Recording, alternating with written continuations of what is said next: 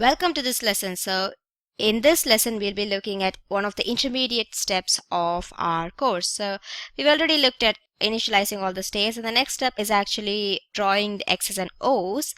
But before we go for that particular step, let's look at an intermediate step. There is this particular button. Okay, so whenever this button is clicked, the game has to be refreshed. So we're going to be looking at that particular step in this lesson. Okay, so new game, we're going to be creating a new game event and function that will ensure that whenever this button is clicked, the page is reloaded so that the game is reloaded. Okay, so this is the next step. The next step is creating a new game button click event and creating a function that reloads the page every time the new game button is clicked.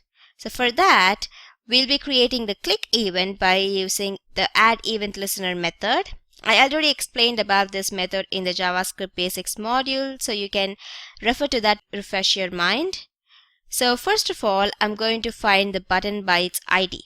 The ID of the button we mentioned in the HTML file is, let's look at that, ID of our new game button. Where is the new game button in here?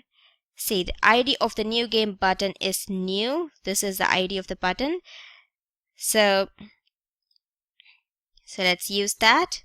So let's use the get element by ID method and find the button with the ID new. So before that, let me just remind you that you have to create a script in here with script.js. I've created that in order to link it to this particular file. Okay, so now let's continue back.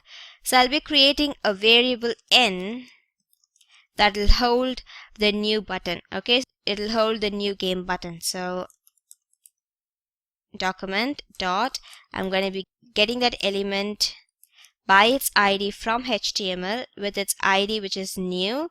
So now that element is stored in the variable new. Next, let's add the event listener method to the n, okay, which holds the reference to the button with the ID new. So n dot add event listener.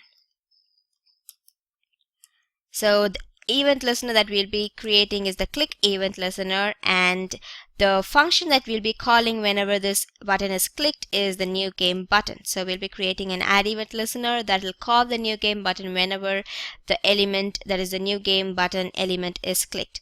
So inside the parentheses, these are the things. So this has to be mentioned in quotes, as you know. Okay, so that's it. We now created a click event that basically calls the new game function whenever someone clicks the new game button.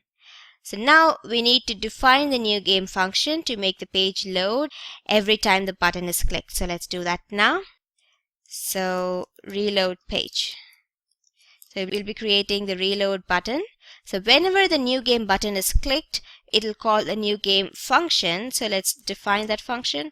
Function new game. It's not going to get any arguments from its call because it's just calling the name.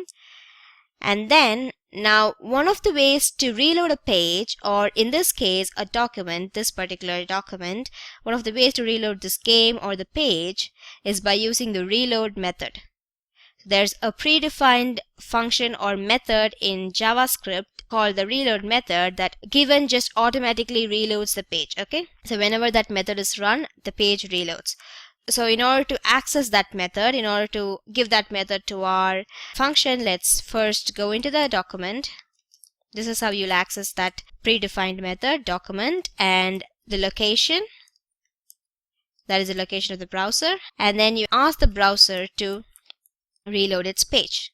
Okay, that's it. So this is how you access the reload function. Predefined reload function. So now we've created an event listener for whenever the button is clicked, and the function when called reloads the page. Okay, so now let's save this and let's see if it works or not. Okay, so let's refresh.